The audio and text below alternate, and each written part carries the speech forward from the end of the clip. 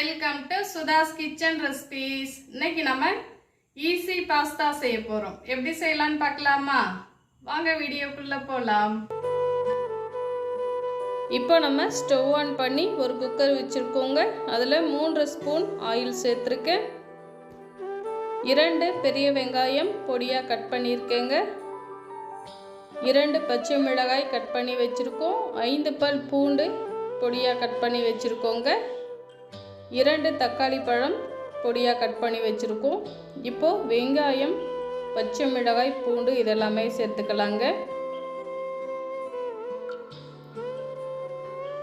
வெங்காயம் நல்லா வதங்கி வரட்டும்.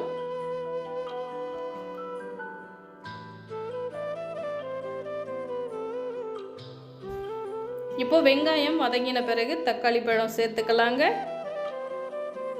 இதுவும் நல்லா வதங்கி வரட்டும்.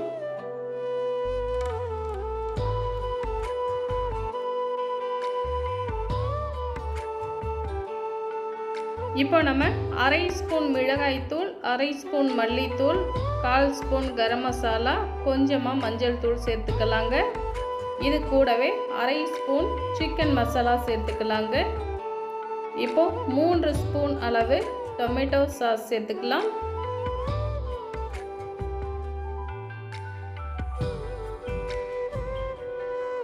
இப்போ இது எல்லாத்தையுமே நல்லா கலந்துக்கணுங்க. இது கூடவே பாஸ்தாவுக்கு தேவையான அளவு உப்பு சேர்த்துக்கணுங்க. இப்போ 1 லிட்டர் அளவு நம்ம தண்ணீர் சேர்த்துக்கலாங்க. இப்போ 250 கிராம் பாஸ்தா எடுத்து வச்சுருக்கோங்க, அதை சேர்த்துக்கலாம்.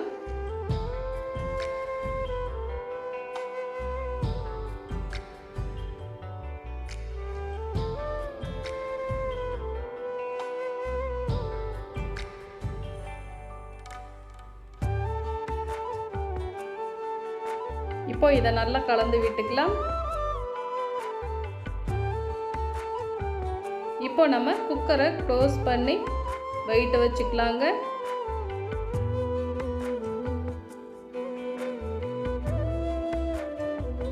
இரண்டு விசில் வச்சு எடுத்துக்கலாம்.